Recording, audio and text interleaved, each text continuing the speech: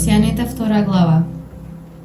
Сакам да знаете во каква голема борба сум заради вас и заради оние што се во Лаодикија и во Јерапол. И поради сите кои не ме видеа лично. Нека се охрабрат срцата нивни, да соединети во љубов, во секое богатство, со потполно разбирање, да ја познаат тајната на Бога и Отецот и на Христос, во кого се скриени сите сокровишта на мудроста и знаењето. А ова ви го велам, за да не ве измами некој со лукави зборови. Зашто макар и да сум одсутен со телото, со духот сум при вас, радувајќи се и гледајќи го вашиот ред и цврстината на вашата вера во Христа. Поради тоа, како што го примивте Господ Исус Христос, така и одете по Него, вкоренети и утврдени во Него и укрепени во верата, како што сте научени, изобилувајќи во неа со благодарност. Браќа, пазете некој да не ве заведе со филозофија и со празна измама што се потпира на човековото предание, на стихиите на светот, а не по Христос. Амин. Фала, Ребека. Добро утро и на сите што дојдовте малце покасно.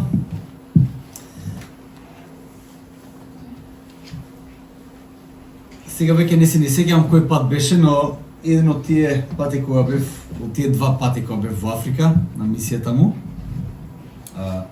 можев отворено таму да искусам она што често пати кај нас е, да кажеме, прикриено кога се продава, она чиста лажење кога го прикриваат со убави зборови и го филуваат. Како например кога се рекламираше продуктот на стевија, што се стевијата може да излечи, што се може да направи. Таму често пати го покажам тоа лист што си го сликав таму, како реклама во овој гестхаус, гостинската куќа кај што бевме таму, продаваат стевија. И ако сакате да се нарачате, и стевијата од све лечи, иначе да знаете. Го има тоа во Африка. За мене најлегендарен момент беше кога се возевме со автобус и влеговме во автобусот, се беше тесно, што да ви кажам. Значи, величината на автобусот е иста како отприлика нашите, ама нема 2+2 седишта, туку има 3+2. Да е малце понабутано, така да кога седиш со некој, нема личен простор, ништо од тоа нема, седат во тебе наобично. И кога тргнавме, еден човек влезе со едно мало звучниче и едно микрофонче приклучено на тоа звучниче и не знам што работава и после сватив. Човекот нешто ќе продава во автобус. Кога тргнавме нашто едно 4-5 часа патување, човекот си го стави звучничето за тоа и почна да на овој бугандов јазикот што го зборат, ама онака монотонно, и така 4 сати без прекин. И се возиме и човекот испадна дека продава некаков си крем кој лечи од се, некој си кинески црвен цвет, некаков крем направен од таков цвет, и почна да го продава, почна да покажува слики што да ја кажем, од гангрени или лудница, и црвениот кремот од тој црвен цвет се лечи. И тоа не беше чудно, окей, човекот продава во ред тоа. Чудното допрва следува ствари. Сватив дека за време на ти 4 сати, тој 4 пати имаше истата презентација, со истиот продукт, со истите слики. Заврши првата презентација после 1 сат и помина со кремот, некои луѓе купија. Веднаш почна друга презентација со истите слики, истата приказна, истите валја шали ги кажуваше, помнам, од време на време ќе се насмеат. Пак помина, пак луѓе купија. Третиот пат, веднаш почна друга презентација, а не застанува автобусот, не да кажеш нова толпа, не, истата толпа. И така 4 пати. Човекот имаше истата презентација, за истиот крем, со истите слики и луѓето 4 пати купуваа. Најлошо беше што почна одма таму се мачка, тоа кога замириса, луѓе мои, лудница беше. На продавачот, на тој кремот црвен кинески цвет, нешто оно, јас и Филип Иванов, кои бевме единствените белци во автобусот, не му бевме таргет група. Мислам дека од искуство човекот знаеше дека белците тој крем не го купуваат кога се во автобусот. Во секој случај, од тоа што го видовме и дека со некакви аргументи човекот ќе можеше реално да продаде се, повеќе пати. И луѓето ќе купуваа. Едноставно не ми беше јасно Кој беше тој момент на убедување после четвртиот пат, а кој не успеа на првиот пат? Што беше тоа луѓето што ги фасцинираше од четвртата презентација за истиот крем, со истите слики? Јас верувам дека во една слична ситуација, како што читам, била и црквата во Колоси, на која апостол Павле и пишува сега во овој момент. Во слична ситуација се случува.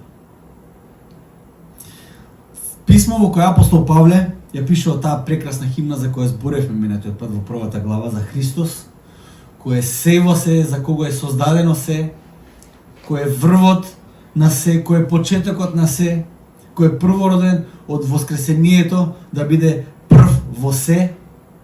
На таа црква апостол Павле и пишува писмо. Црква која апостол Павле се уште не ја посетил, но црква за која тој многу слушал и од тоа што го читаме, црква за која имал голема грижа, водела на голема битка. Така почнува втората глава од Колосијаните. Вели, за вас имам голема грижа, голема битка водам за вас. Во оваа прилика во која тој го пишува писмо до Колоси, тој праќа уште едно писмо до црквата во Лаодикеја. Тој таа втора глава ја почнува со зборовите дека за нив тој се наоѓа во една голема борба. Борбата против тие луѓе во црквата да бидат заведени од филозофии и пракси кои немаат никаква врска со верата во Христос. Со продавачи на некакви митови, филозофии, на некаква си вера внатре во црквата дека нешто ќе придобијат само ако го веруваат или ако го следат тоа. Апостол Павле се бори со тие продавачи на митови, на филозофии, на брзи успеси внатре во црквата. Апостол Павле пише на црквата во Колис: во борба сум за вас.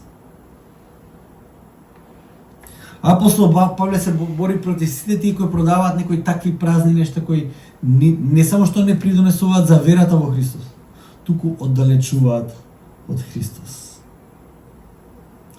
Апостол Павле вели: во мака сум заради вас. Иако не сум ве видел, не ме ни знаете можеби, ама јас сум во мака заради вас. Ве мислам постојано. Ве немам видено лично, ме немате видено лично, имам постојана грижа за вас. Во последните неколку недели со Фани разговараме за почетоците на нашата служба. Некаде 2006-2007 година, тогаш почнувавме со Фани да бидеме активни, тогаш почнуваме да работиме со младите во црква. Понекогаш оној технички дел од работата кој го имаме во службата, има технички дел, освен духовниот дел кој е најпрекрасен, има технички дел кој се наталожува, кој надвиснува, кој потиснува малце. Понекогаш тој технички дел или историјата или патешествието кој си го поминал може да го загушат жарот кој ние го имаме за Бог. Понекогаш може да додадат на таа едноставна вера во која Господ нас не повикува. Понекогаш може да дојдеме до точка во која ќе мислиме ние дека тоа што сега го верувам не е доволно, јас морам да додадам нешто од мене. Треба нешто ново да научам. Треба некоја тајна да дознам која само овие што се најпораснатите во верата ја знаат. Со Фани сега се потсетуваме и во молитва бараме од Господ постојано да не држи во тој пламен на таа прва љубов за Него и за Неговата црква, онака како што почнувавме на самиот почеток. Никогаш да не ја надраснеме таа љубов и таа жар за Него. Никогаш, апсолутно никогаш. Никогаш да не дојдеме до момент до кој ќе кажеме: добре, ние ги правевме тие работи прекрасно, беше, ние сега веќе пораставме од таа работа. Никогаш. Тоа е едно најгадните лаги на сатаната. Кај апостол Павле може да се види токму тоа. И за оние за кои само слушнал, а се дел од црквата, тој има жар, има и голема љубов за луѓе кои се уште не ги ни видел, а се луѓе кои ги смета за свое семејство, бидејќи се во верата. За таквите луѓе апостол Павле има жар и љубов кои не можат ни да се опишат. За сите тие кои се во верата, апостол Павле чувствува голем терет и бил во постојана борба и во молитва да останат на правиот пат и никој од нив да не се оддалечи од Христос, од едноставниот Христос и верата во Него. Од тоа што можеме да го видиме апостол Павле, таа негова грижа не биле само некои ласкави зборови или празна и површна грижа. Знаете, кога зборуваме за некој кога страда, кажем еј кутриот. Искрено да кажем, кога ќе кажем еј кутриот или еј гревче, 99% од луѓето тоа не го не мислат. Ама убаво е тоа да се каже, па ќе го кажеме. Немаме на вистина тежина и грижа за тие луѓе. Само ќе кажеме дека кутрите. Апостол Павле нема таква грижа. Тој има постојана борба духовна за оние кои не ги ни видел, а ги сака со цело срце. Ја знаел борбата со која се соочува црквата во Колоси и ја чувствува во молитвите. Дури и не застанува тука. Тој има конкретни зборови за таа црква, како да се спротивстави на тие напади. А за каква голема борба зборува апостол Павле? 4 и 8 стих откриваат зашто точно станува збор. Апостол Павле во 4 стих вели вака: а ова ви го велам за да не ве измами некој со лукави зборови. Апостол Павле знае дека веќе во црквата циркулираат луѓе кои пристапуваат со лукави зборови. Или во 8 стих вели вака: браќа, пазете некој да не ве заведе со филозофија, заведе или во оригиналот е зароби. Да ве зароби со филозофија и со празна измама, што се потпира на човечкото предание, на стихиите на светот, а не по Христос. Апостол Павле, верувам како и јас во тој автобус во кој се наоѓа во Уганда, гледа на тоа како некои продаваат нешто во таа црква за која знае дека не само што не лечи, туку и парите ќе се ги фрлат и енергијата ќе ја потрошат, за на крај да бидат уште по заробени, бидејќи секој тоа се лажните учења, тие лажни апостоли. Зборот заведе, како што кажав, е земено тој воен речник во тоа време, а тоа е грчкиот збор силагогео.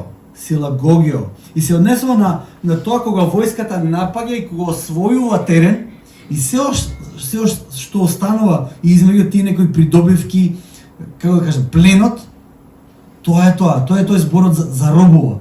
Кога со лажното учење некој ќе те зароби, ти стануваш негов плен. Стануваш некој заробеник. На ист начин апостол Павле зборува за лажните учители, за лажните учења, за лажните филозофии и стихиите на светот. Тие порабуваат на ист начин. Стануваш негов плен. Тука кај нас е употребен зборот заведени. Едноставно стануваме робови. Токму и тоа го прави гревот. Гревот прави да бидеме ние робови, негови робови.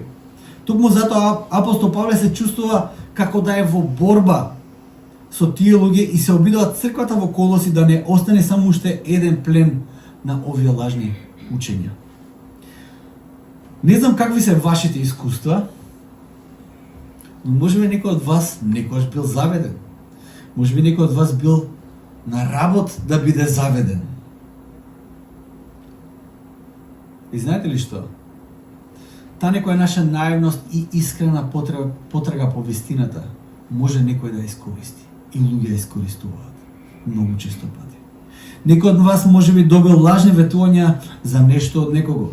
И луѓето кои ги нуделе тие брзи решенија или лекови или што е да е, едноставно биле доста убедливи.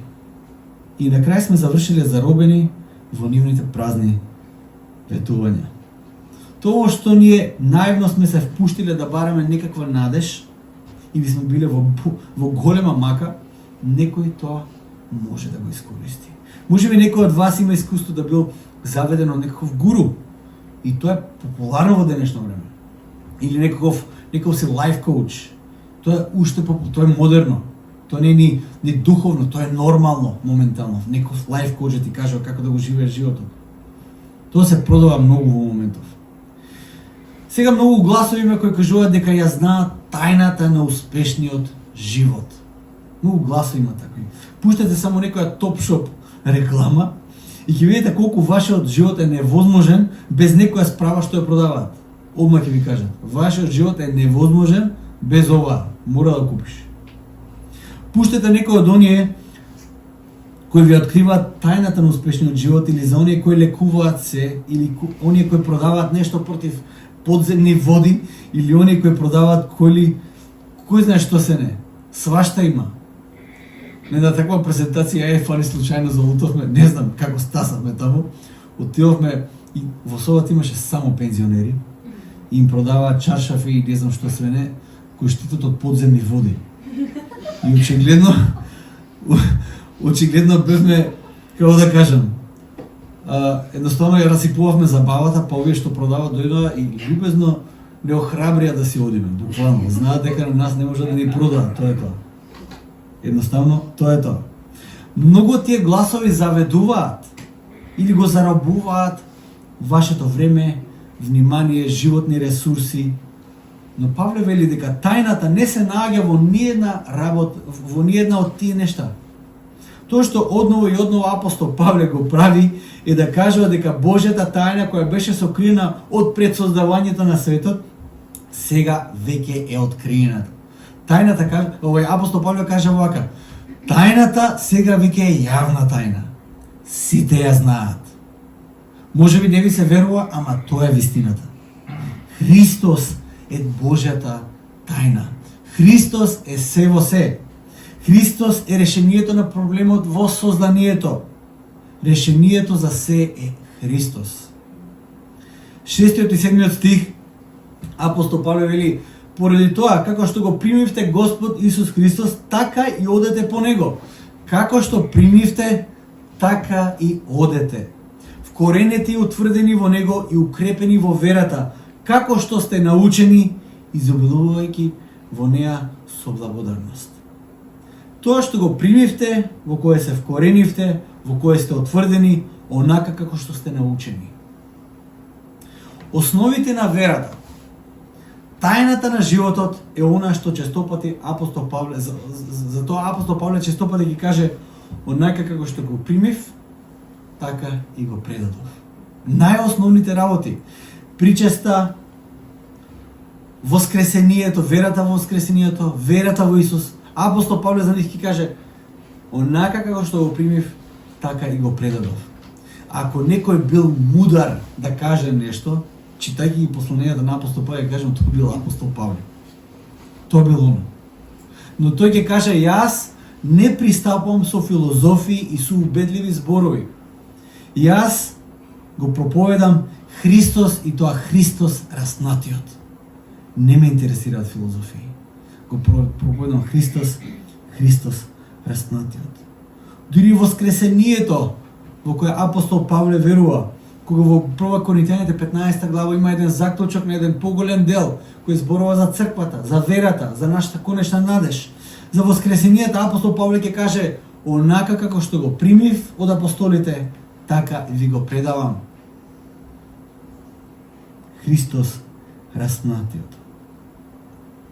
Во суштина и токму тоа и тој сака да го каже овде во овој дел. А која е Божјата тајна? Вториот и третиот и 9-тиот и 10-тиот стих се на некој начин па речи си како паралелизми, како паралели одат се надополнуваат еден со друг.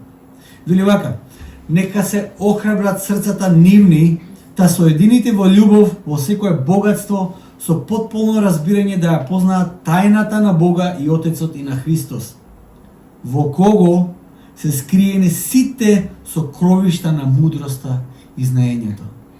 Апостол Павле сега да каже: сакате да бидете мудри, сакате да знаете многу. Христос. Христос. Во 9 и 10 стих вели вака: зашто во Него телесно живее сета полнота на Божеството и вие да бидете исполните во Него, кој е глава на секое началство и власт. Сакате да видите сила, сакате да видите моќ? Погледнете го Исус. Сакате да бидете исполнети? Христос. Тој е се и во се. Ете која е Божјата тајна. Христос. Во Него се сокриени мудроста и знаењето. Сакате мудрост и знаење? Христос. Сакате да го спознаете Бог? Христос. Во Него живее сета полнота на Божеството. Чувствувате можеби некаква празнина во животот.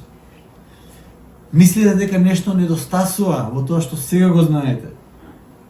Што и да имате и што и да искусите, некако празни се чувствувате? Понекогаш го имате тоа чувство? Само можам да ги кажам зборовите кои Исус ги кажува на своите слушатели. Да го придобиеш дури и целиот свет, да си искусил се, да се збогатиш безобразно, да бидеш комплетен во секоја смисла на зборот според сите стандарди во светот, а душата ја изгубиш, која е ползата? Душата ќе ја зачуваш само тогаш кога ќе разбереш дека Исус е патот, вистината и животот.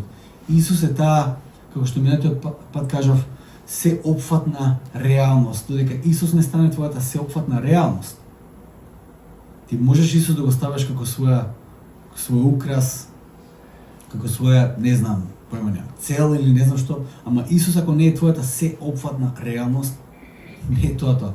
Цело време ќе имаш чувство дека нешто фали, нешто треба да додадам, нешто не разбирам доволно.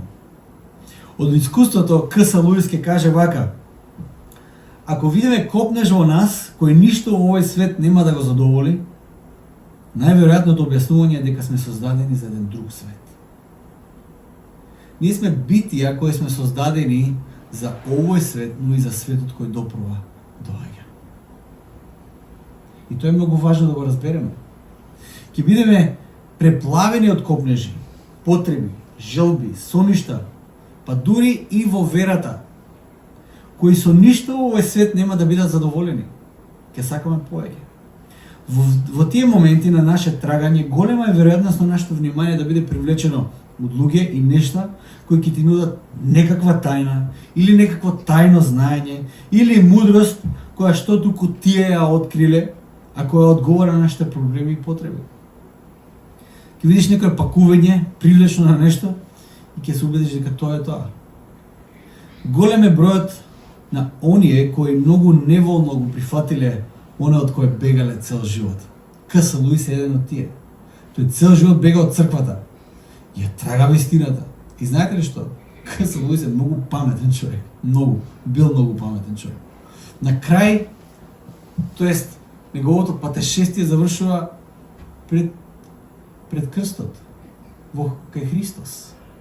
И тој на некој начин станува еден од тие неволни обратеници, едноставно влегува во верата затоа што знае дека многу без кеф, ама знае дека тоа е вистината. И колку повеќе е во верата, колку повеќе го следи Христос, толку по-возбудливо станува тоа патешествие. Така се и сите тие негови книги кои ги напишал. Посебно тие најпознатите Нарнија, кога прашуваат, а како изгледа небото, како изгледа тој нов свет? Вика, секоја епизода е се повозбудлива и повозбудлива и повозбудлива. Така тој доживеал верата. Станува од најневолниот христијанин до најрадосниот исполнет со мир. Еден од тие наши современици кои моментално го доживеа тоа патешествие е историчарот Том Холанд. За мене едно од најинтересните приказни денеска. Човекот кој е неверојатен писател и говорник, кога зборува, онака кога има јавен говор, имаш чувство како да чита некоја прекрасна книга. Такво чувство имаш. Многу паметен човек, еден од најпознатите гласови во светот за историја, за римската историја, за античка историја. Тој човек моментално е на исто патешествие. Тој трага цел живот за на крај да дојде до крстот да каже: па вистината ми била цел живот пред нос. Јас бегам цел живот од таа вистина. И двајцата зборуваат за Христос и црквата. Како што велеше таа една стара детска песна. Таа стара добра вера е добра за мене, бидејќи ме води кон Голгота. Има една стара химна, рефренот гласи на тој начин. Христос е тајната. И во продолжение од 11 до 15 стих апостол Павле, нема да го обработуваме тоа, пошто толку многу внатре има, како да кажам, толку е богат тој текст со историја и со символика, што ние немаме време сега да го обработиме. Но јас само ќе го прочитам. 11 до 15 стих и само ќе ги издвојам онака тие работи кои сметав дека треба да ги издвојам. 11 до 15 стих вели вака: и во него сте обрезани преку неракотворно обрезание, откако го соблековте гревовното тело на плотта преку обрезанието Христово. Откако се погревавте со него во крштевањето во кој заедно со него и воскреснавте преку вера во силата на Бога, кој воскресна од мртвите. И за вас, кои бевте мртви во гревовите и во необрезанието на вашето тело, тој заедно со него ве оживи, простувајќи ви ги сите гревови, извршувајќи го ракописаниот закон, кој со своите прописи стана наш непријател, кога тој го зеде од средината и го прикова на крстот. И откако ја зграби силата од началствата и властите, тој ги изложи јавно на позор и славејќи ја во себе победата над нив. Малку комплициран текст, но пребогат со она што Христос го направи на крстот. Првата работа која сакам да издвојам, 3 работи ги издвојам тука, е крштението. Христос, во крштението со Христос, ние умревме за нашето старо тело, за нашето гребовно тело и воскреснавме во новиот живот во кој тој не повикува. Го добивме вечниот воскреснат нов живот преку крштението. 14 стих ми е многу јак, каде што вели дека оној закон кој за нас стана непријател, Христос, тој закон, ракописаниот закон кој стана наш непријател, тој го зема и го закова на крстот со него. Нашиот непријател, законот, го закова на крстот со него. И 15 стих, една од најтриумфалните работи, ја опишува таа догма на, така се вика на латински, Christus Victor. Тој ја ограби смртта од нејзината сила. Со тоа што Христос, изворот на животот, влезе во смртта, преку смртта, тој ја ограби смртта од сета сила која има врз човекот и врз созданието. По вера, секој од нас кој верува во него, врз нас смртта нема никаква сила. Ние сме деца на воскресението. Исус ја ограби смртта од нејзината сила. Христос е тајната. Ако се прашувате се уште, Христос е тајната. Но црквата може многу лесно да си наталожи терет со текот на годините. Ние сме склони кон комплицирање на нешто, такви битија сме ние. Посебно македонците, знаете, има една поговорка кај нас, зошто да биде едноставно, кој може да биде сложено. Тоа е кажано затоа што е вистина. Така живееме ние. Жан Калвин ќе каже дека човекот е фабрика за идоли. Фабрика за идоли. Ние лесно создаваме идоли кои ја исцрпуваат нашата сила за живот. Идоли кои празнат нашата енергија. Ние лесно ќе додадеме нешто за она во што Павле не повикува, за да се фати хубаво верата. Мајата да се фати. Старите знаат што е маја. Да се фати под квасокот или како се вика тоа. Маја се вика тоа. Додаваме малце да се фати. Но Павловото предупредување за филозофијата, празната измама кои се подпираат на човечко предание и стихиите на светот, мора за тоа да внимаваме. Дури и додека сме во црквата, дури и додека сме во верата, мораме да внимаваме. Кога ќе ги кажам овие зборови, филозофија, празна измама, човечко предание, стихиите на светот, кога ги кажам тие зборови, каде ви оди паметот? На што ви оди паметот? Што мислите? Зашто зборува така апостол Павле? За каква филозофија и празна измама мисли апостол Павле тука? За какво човечко предание и за какви стихии на светот зборува овде Павле? 16 до 23 стих до крајот на главата апостол Павле зборува за тие работи. Кои се тие стихии на светот? Какво е тоа човечко предание? За какви филозофии станува збор, од кои ние треба да се штитиме? Може би мислиме дека некои од тие работи немаат врска со црквата, нели? Може би мислиме дека апостол Павле овде зборува за некои пагански работи, за некои суеверни работи. Така на тоа. Апостол Павле, ако го читаме внимателно 16 до 23 стих, го поставува тоа прашање и многу од тие нешта кои апостол Павле тука ги спомнува се на некој начин и најрелигиозните и најсветите нешта со кои ние понекогаш се китиме. За стихиите на светот. Апостол Павле кажа, дури и најрелигиозните работи кои постојат, дури и најсветите работи за кои ние сметаме дека се свети и се китиме со тие работи, стануваат филозофии, стихии, човечки преданија кои оптеретуваат црквата. Ја буткаат надоле. И го црпат животот на црквата. Павле набројува некои работи, како например јадење и пиење. Црквата некој преоптоварувал тогаш што да јаде, што да пие, што да не јаде, што да не пие. Колку само можеме да бидеме заробени од тие правила. Знаете ли што? И не неминовно со да кажеме со постот. Честопати тоа може да биде и со тие што сме не знам, кој јаде, кој не пие, по прашање на како го држуваме телото. Понекогаш тие работи ги правиме, ги ставаме на момент на некоја ниво на светост дури. Што јадам, што не пијам, за да останам фит или не знам што и да е. И тоа ни поминува онака, без да знаеме дека можеби сме исклучителни во таа работа толку многу, што луѓето се чувствуваат околу нас заробени. Колку само можеме да бидеме заробени од тоа, кој што јаде, кој што пие.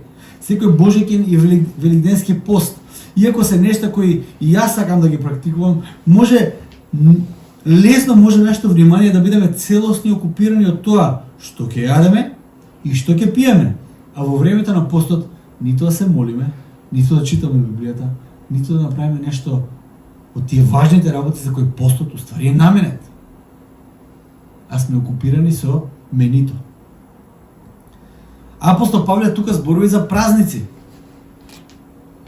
Колку само пати ќе прочитам за некои нешта кои мора или кои не смееш да ги правиш на некаков празник.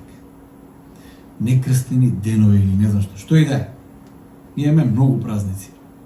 Кога странци доаѓаат тука, американци, и после кажат, вие многу празници имате, човече, све нешто славите, све нешто продолжени викенди имате. Тоа нема крај кај нас.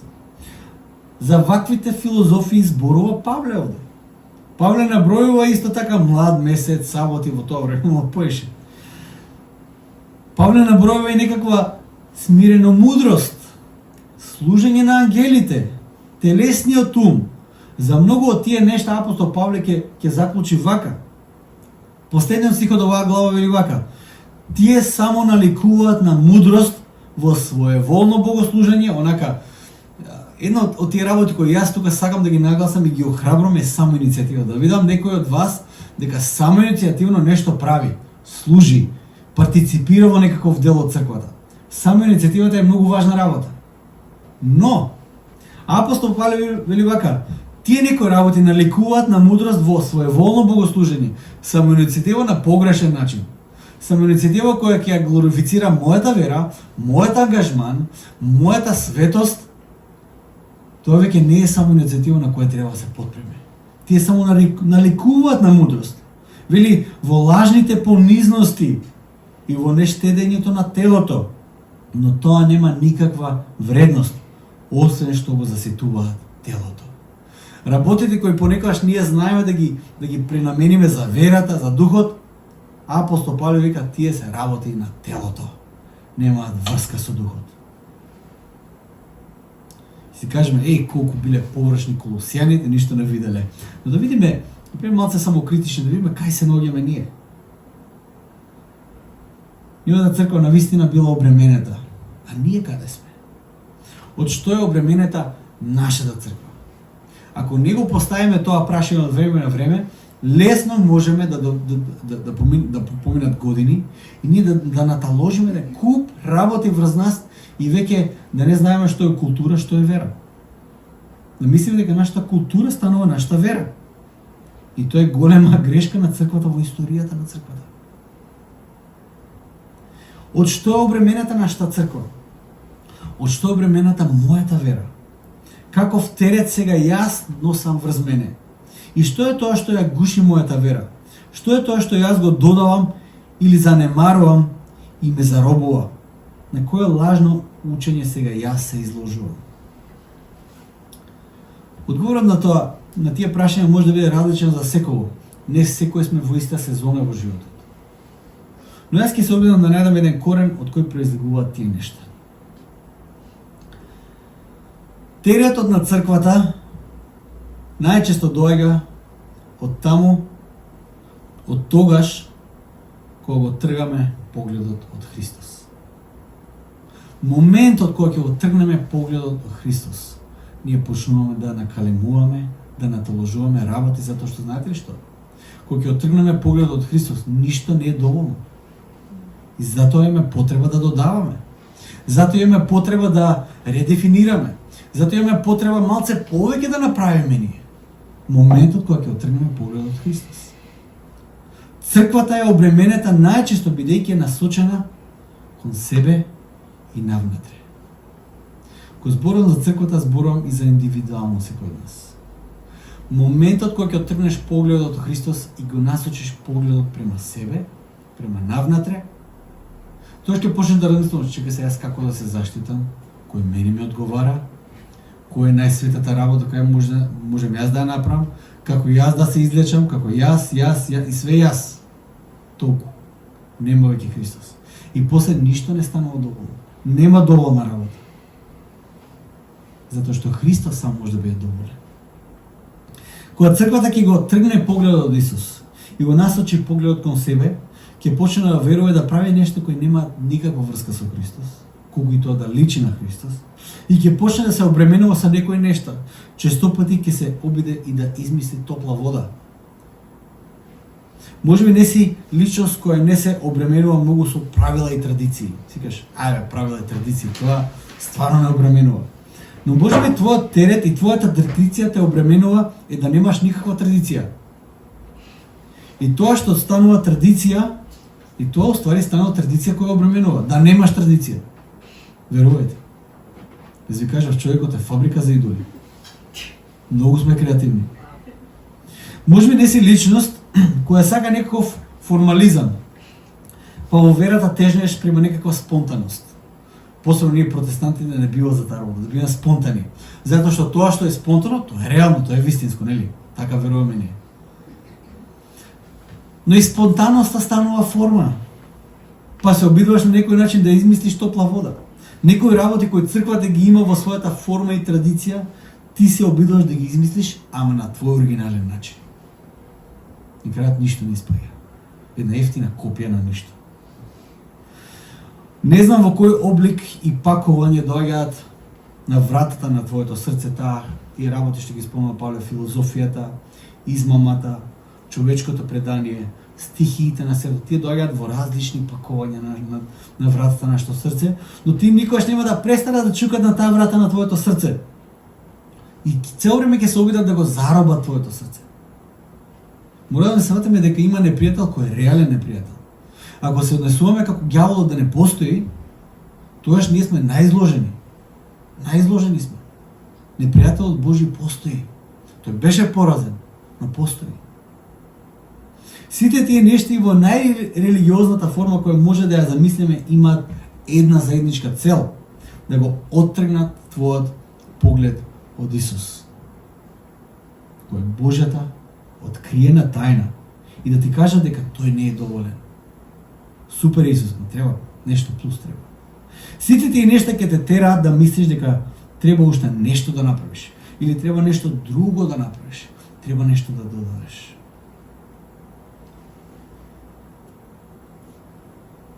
Онак решение кое апостол Павле го има за црквата во Колосе, верувам дека е решение за секој еден од нас. Она што го примивте, во тоа обстојувајте. Она што го поверувате на почетокот, растете во тоа. Нема друга вистина. Христос е вистината. Црквата која гледа во Христос, во исто време го гледа светот и ја живее Христовата мисија во светот. Црквата која гледа во Христос, го гледа и светот за кој Христос умрел. Гледа надвор од себе си. Единствено црквата која има доволно вера дека Христос едноставно е доволен, е црква која со таа едноставно вера оди по светот и го нуди Христос. Не ја комплицира многу, бидејќи верува дека Христос е доволен. Се запрашаме искрено сега. Дали мислиме дека Христос е доволен? Дали имаме доволно вера во Христос дека тој е доволен? Или мислиме дека треба нешто друго? Знаете, било кој одговор кој е подолг од одговорот да, открива сомнеш. Сомнеш кој ќе те јаде низ целиот твојот живот и нема те остави. И нема да биде сомнеш кој ќе каже бе малте само, не. Кога непријателот напаѓа, тој може на почетокот почнува со малце, но неговата име кој Исус го употребува за непријателот е татко на лагата и човеко убиец. Тоа е неговата цел. Тој нема концепт на милост. Дали Христос е доволен за тебе денес? Навистина го прашувам тоа. Било кој одговор освен да, повеќе од да, открива сомнеш. Да се држим на одговорот да. Христос е доволен. И знаете ли што, ако тоа навистина не го веруваме, да бараме Христос да ни го открие. Бидејќи Христос сака да биде откриен. Господ сака да се објави, Господ сака да го пронајдеме. Затоа тој дојде како еден од нас овде на земјата, затоа што сака да го спознаеме вистински, дека тој е се во се. Тоа беше темата на првата глава во Колосјаните. Тоа е темата сега во втората глава во Колосјаните, каде апостол Павле им кажува: оставете се, фатете се за Христос. Она што го примивте, во тоа растете. Растете во таа вера. Сетете се што е тоа што го привлече вашето внимание кон Христос. Што е тоа што го освои вашето, не зароби, освои вашето срце за Христос. Таа жар која имавте на почетокот. Растете во тоа. Никош да не ја надраснете таа жар, таа љубов која имате за Христос, бидејќи тој навистина е се во се и тој е доволен. Ќе се молиме за крај. Татко наш небесен, Боже мој, прости ни затоа што често пати сметаме дека ни треба повеќе. Господи, пееме во песните дека Ти си ни доволен, пееме во песните дека само Ти ни требаш. Боже ми, читаме во Библијата дека Ти навистина си се во се, дека Ти си патот, вистината и животот. Но често пати доаѓаме до сомнежи, често пати доаѓаме до во наводници некаква реалност дека треба нешто повеќе да се направи, дека треба нешто повеќе да се случи. Господи, забораваме кој е изворот на животот. Тоа можеш да бидеш само Ти, Господи. Татко ме сега, посебно кога се наоѓаме во проблеми, кога дури имаме чувство дека можеби не ни слушаш кога се молиме. Господи, сега те молам да ни се објавиш, да ни зборуваш. Господи, да ни дадеш дарот на верата, Господи. Потребен си ни. Потребен си да те почувствуваме, да знаеме дека си тука со нас, Господи. Татко ме секој еден од нас има своји посебни и различни проблеми, Господи. И ни требаш Ти на секој еден од нас посебно.